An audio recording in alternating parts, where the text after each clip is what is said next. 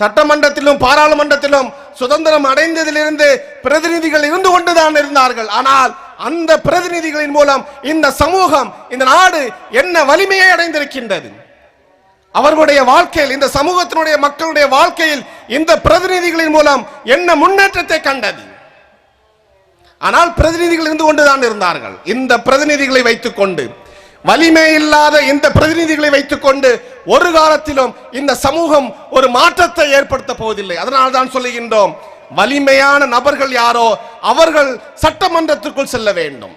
வழி நடத்துவதில் எந்தவித சமரசமும் இல்லாமல் வலிமையான தலைவர்கள், வலிமையான தொண்டர்களை கொண்ட social democratic party of India சட்டசபைக்கு செல்லும் பொழுது இந்த சமூகத்தினுடைய அத்துணை கவலைகளும் துடைத்தெறியப்படும், அத்துணை கவலைகளும் நீக்கப்படும். தங்களிடம் இருக்கக்கூடிய அதிகாரத்தை வைத்துக் கொண்டு இந்த சமூகத்துக்கு எதிரான அத்துணை சதிகளையும், அத்துணை திட்டங்களையும், அத்துணை கலவரங்களையும் அது முற்றிலுமாக அடித்து நொறுக்கும் என்பதில் மாற்று கருத்தில்லை என்பதை நீங்கள் புரிந்து கொண்டு, இந்த வரக்கூடிய தேர்தலில் SDPI கட்சி என்ன முடிவை அறிவிக்கின்றதோ அந்த முடிவுக்கு நீங்கள் உறுதுணையாக இருக்க வேண்டும்.